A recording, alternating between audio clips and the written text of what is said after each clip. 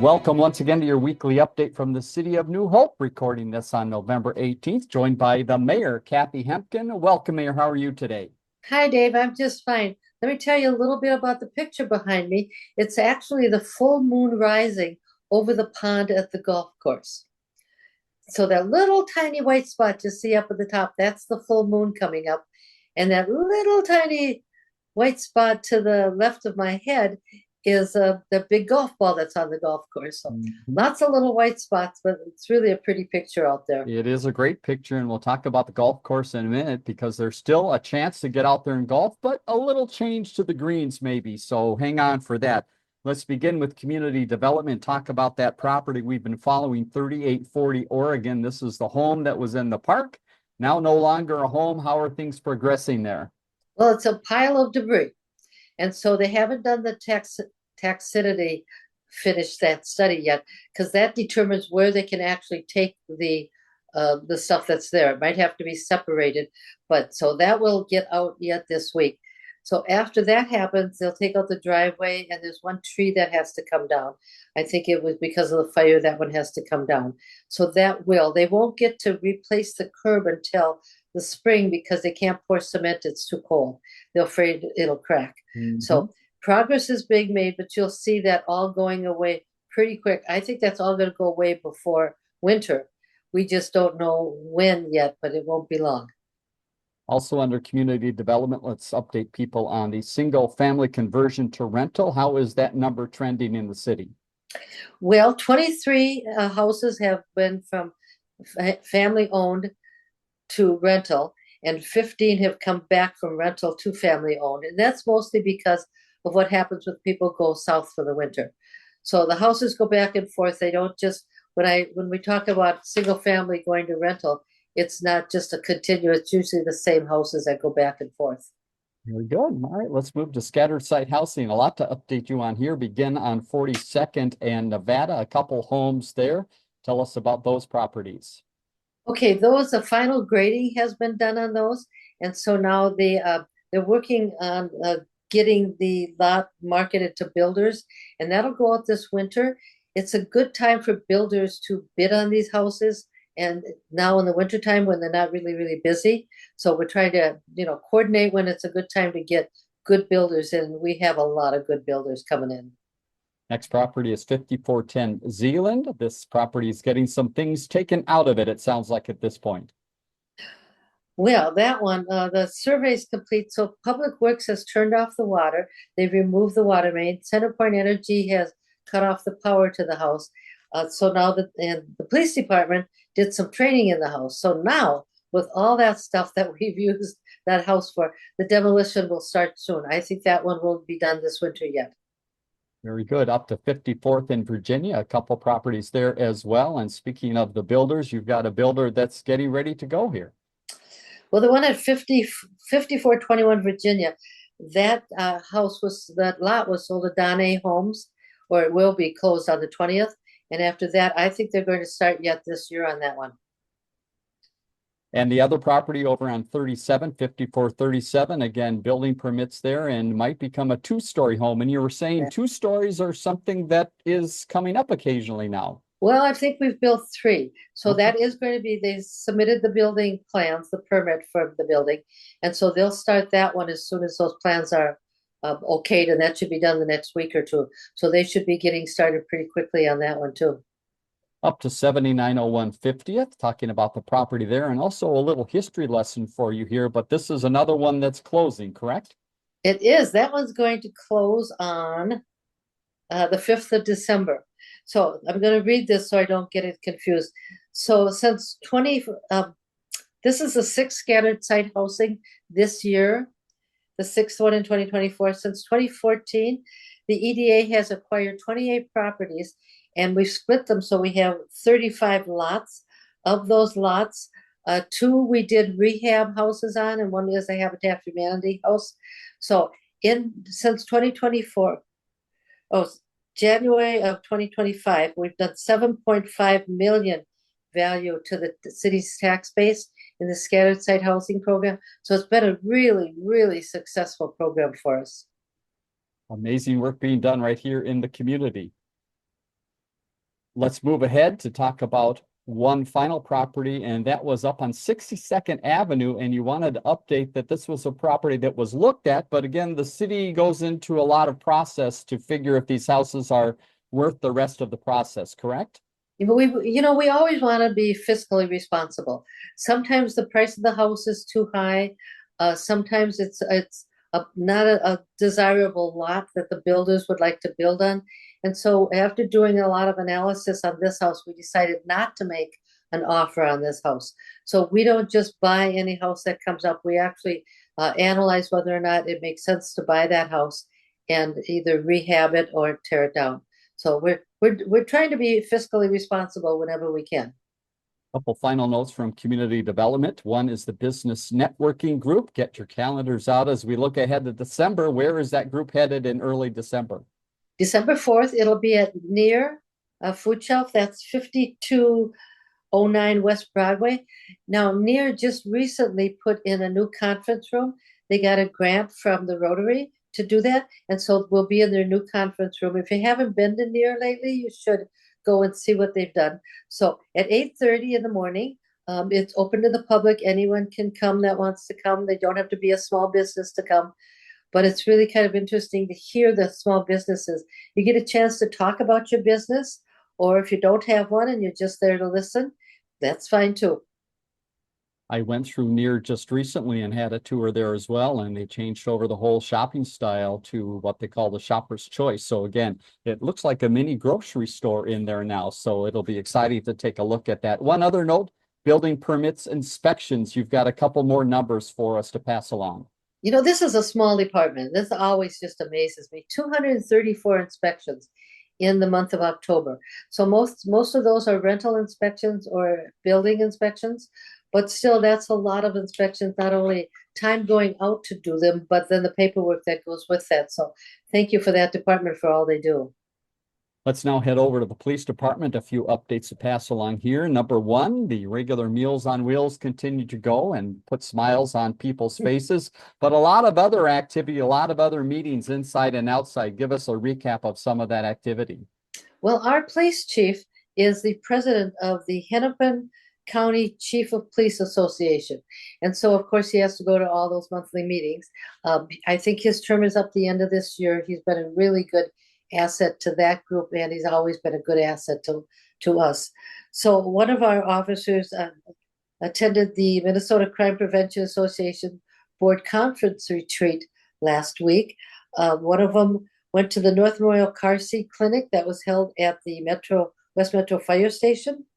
Our Joint Community Police Partnership and our chief went to the North Education Family Centered Family Night. Our chief and a bunch of officers went to the Multicultural Advisory Committee, better known as the MAC, at Cooper High School. Now, New Hope has two MACs. One's for students at Cooper, and the other one's just for citizens or residents of New Hope. And so these police officers meet with these groups, talking about what can they do better in the policing department, what we expect from the community, what the community expects from us. The kids at Cooper, by the way, just love to have these meetings with the police officers. I can imagine they do. What a great experience. Let's move ahead to Public Works. A couple items to talk about here. One has to do with rocks, and the other one has to do with preparing for what might be coming out of the sky soon. Give us those updates, Mayor. Well, I don't know why we thought this was a good idea when we built City Hall, but we did. So we put rocks about baseball size in front of City Hall as a landscaping option. Well, a couple of weeks ago, a rock went through the window at City Hall, and we just decided that's not the best idea. So Public Works came out with this big truck, and basically they just sucked these rocks like they vacuumed them up and took them away. Right. And now they're going to concrete that in. That'll be a much safer thing to do. The other thing they're doing is they're getting ready for snow. So not only are they making sure our new snow plows are working just fine, but what they do is they watch the weather very carefully. And if it looks like it's going to be just frozen rain or sleet, there's a chemical they can put down so that it will not be slippery out there. There's a different chemical that they put down if it snows a little bit, And of course, we don't bring the plows out if it's just a little snow. We only bring them out if it's a certain amount. So they are watching that carefully. They're getting up. I think what they're trying to do is get the plow drivers to get a little more sleep because they'll have to get up in the middle of the night. I like that theory. That sounds good. So again, beware as the weather starts to turn here. Let's go ahead to Park and Rec. A lot to talk about here. We begin with the community tripsters. Again, remind us what that group is and where they went for a little wintry show. So this is a group of adults that get on a bus and they go somewhere. Sometimes it's out of town. What they did this time is they went to Chanhassen to see a winter a White Christmas. And I understand a very good show. The bus was full, and everybody that went had a really good time with that. Speaking of winter in Park and Rec, they're getting ready for those warming houses, and hopefully the warming houses can be used, but they need to be staffed. Is that correct? We do interviews about this time now to interview people that are willing to be staff members at the warming houses. So they open those up, they close them down, they make sure they're tidy and kept up. So those interviews are happening now. If you're interested in that, you can always go online into job applications and apply, or you can call Park and Rec Department and tell them you're interested, and they'll set you up for an interview. Very good. City's website you see at the bottom of the screen, newhopemn.gov. You can find out that application there. Also find out information about a neat program in Park and Rec, youth wrestling. Who would have known the city has that, but you're looking for people to get involved there. Well, of course, the parents need to be very involved with that. So they're putting together the manual for the parents. They'll have a parent night. What they want to make sure is that the parents know what the kids are getting into, what's expected of them, and what's expected of the parents. And so that meeting with the parents will be, I think, sometime this week, and they'll have these manuals ready for the parents with that. Park and Rec also, as we've been talking about for years, it seems, following the emerald ash borer, and now we're to the point we're looking at some trees maybe that are on private property and other places. Give us the latest update and what that staff is looking at right now and helping out with. Well, just a little note from somebody called me, and this woman said, I'm not sure if this is a boulevard tree or not, but there's some branches that are really down, and could the forester come out and look and see if it's a sick tree or. So mentioned it to the forester. Off he went to look at it. Sure enough, it's a boulevard tree that needed trimming. And so the contractor is out there today trimming that tree for her. She was very excited, by the way, that it was our tree and not hers. So now what else they're doing is making sure that they know where the boulevard trees are that have or haven't been inspected yet. I don't know if they'll have time to take those down yet this year. They're telling me that they're done planting though. So there won't be any more planting of boulevard trees yet this year. That'll happen in the spring.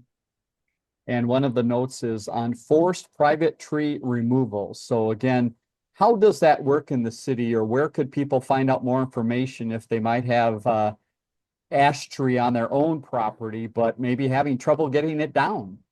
Well, when a tree's dead, it's dead. And of course, what happens then is sooner or later that tree's going to fall. Whether it falls on your house or the neighbor's house, it's really a dangerous tree.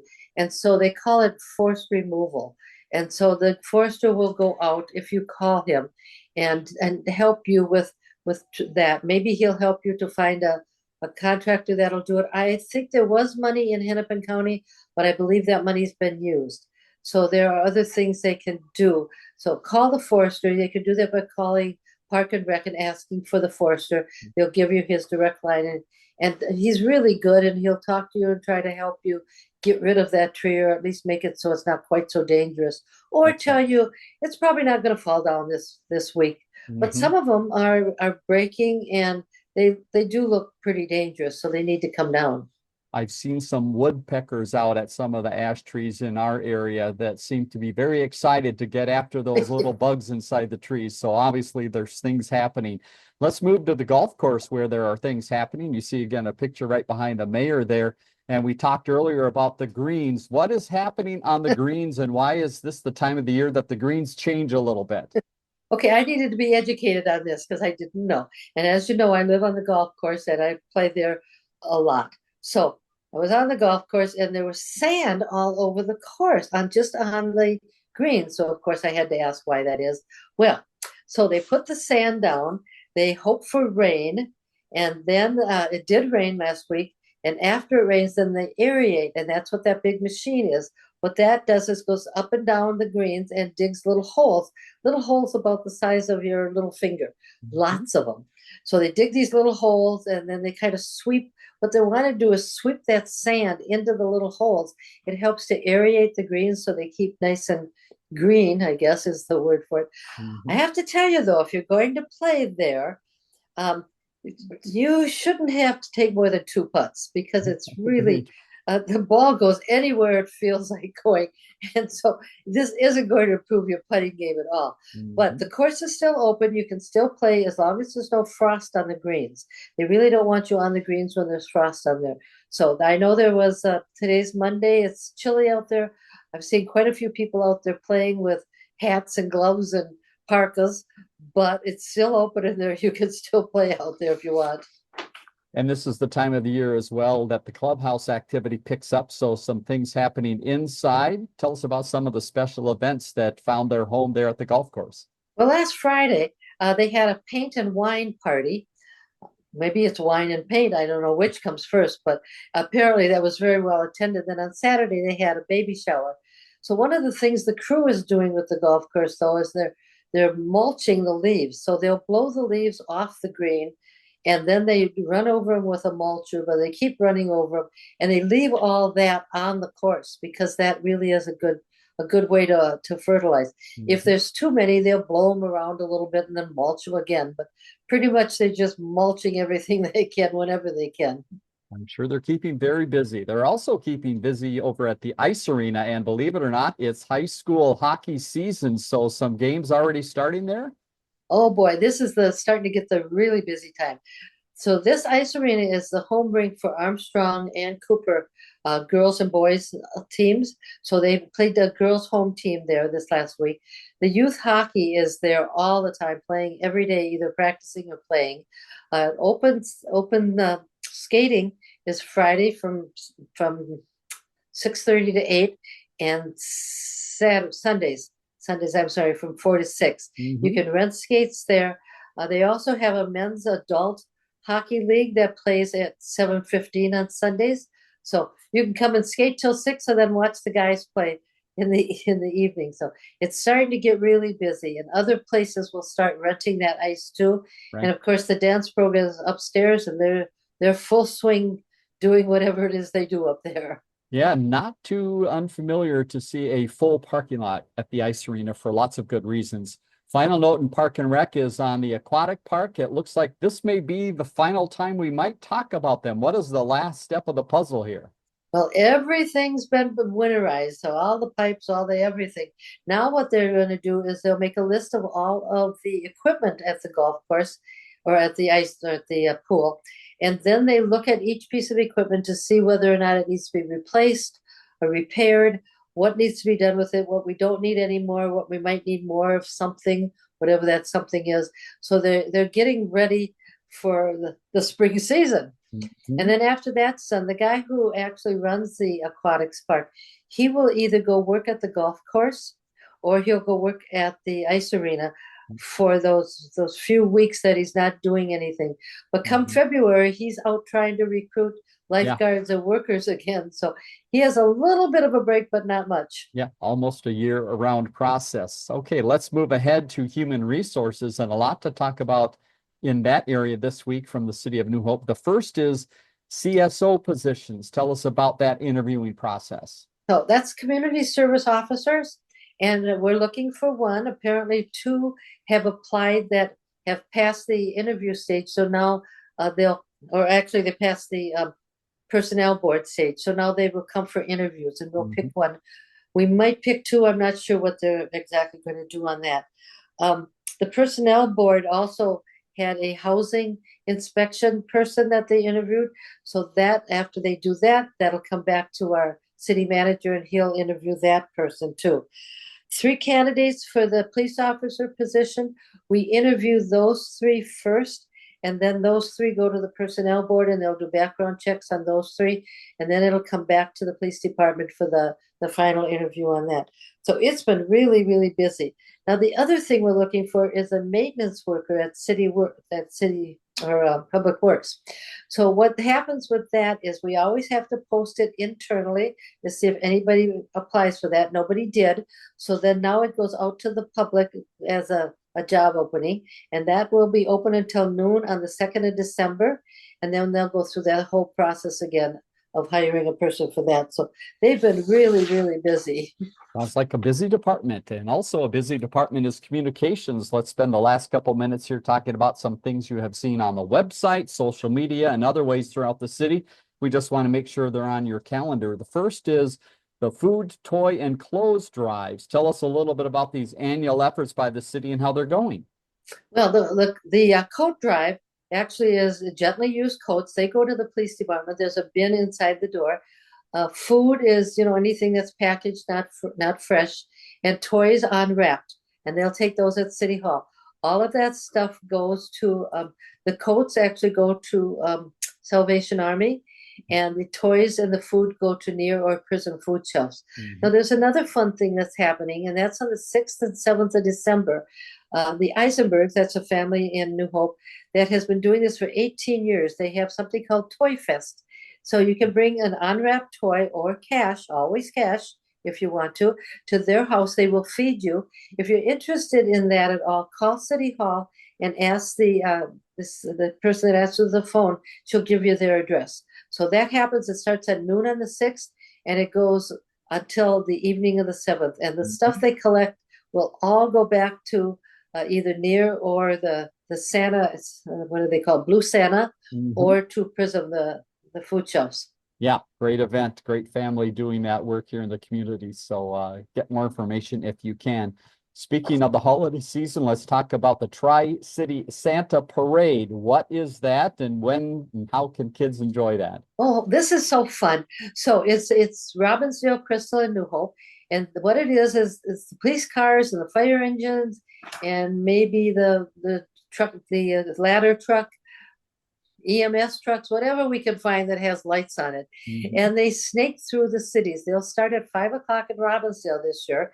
Every year they start at a different city, and they'll snake their way through. They'll actually be in the south end of New Hope about 7 o'clock.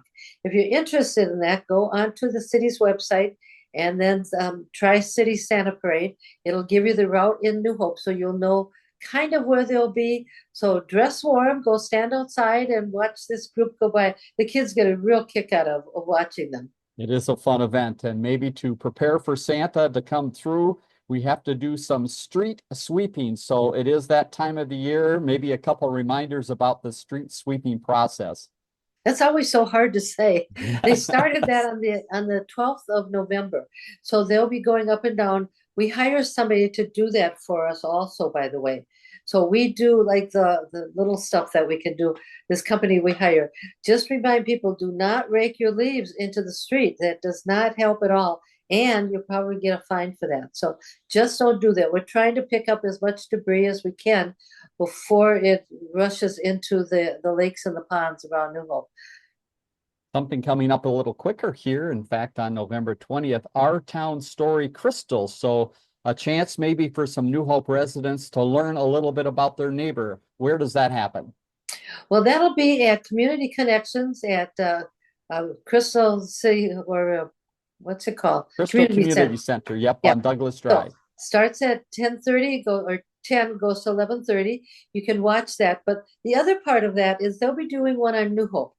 And so there's going to be a website on your screen to, if you have anything you want to add, like whatever happened to Piggly Wiggly? Whatever happened to Super Value?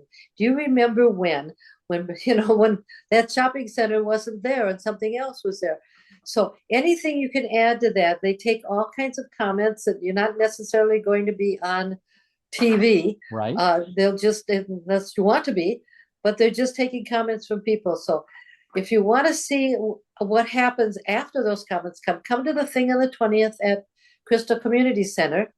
It's $5. You'll get a big donut and a cup of coffee. and watch the presentation for it. So I'll be there. It should be really interesting. Very good. Something else that you're involved in is Mayor for a Day, but this is for young ones to maybe be mayor for a day. Tell us about this partnership you have and how this works. The League of Minnesota Cities is putting this on. They do this every year. And the thing they're doing is Mayor for a Day, it's called.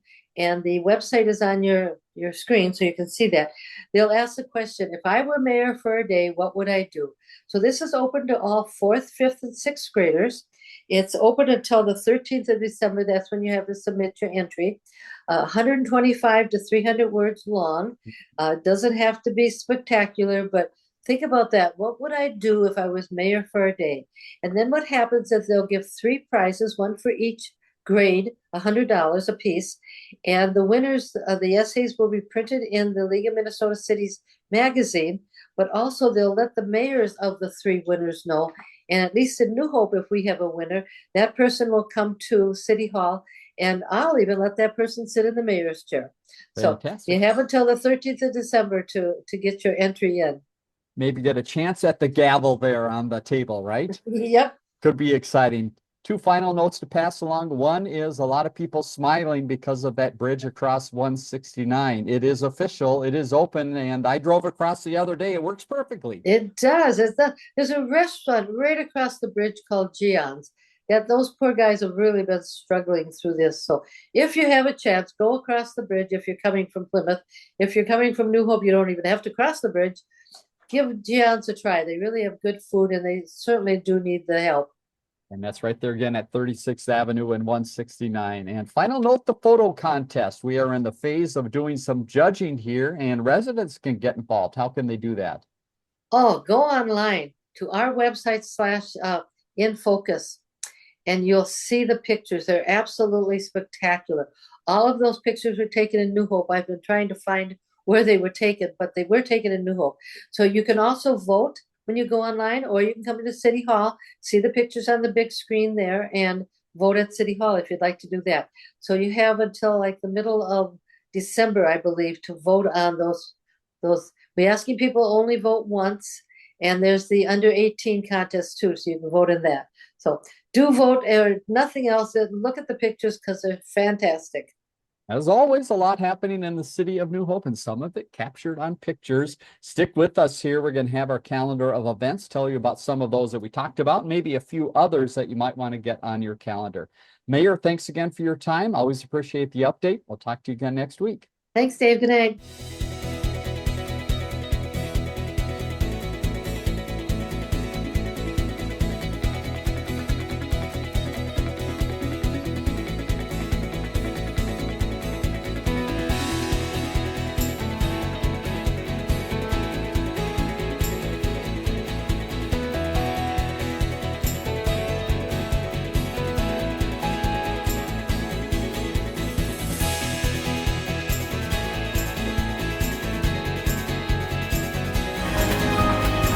For more city stories, check out ccxmedia.org or find us on social media.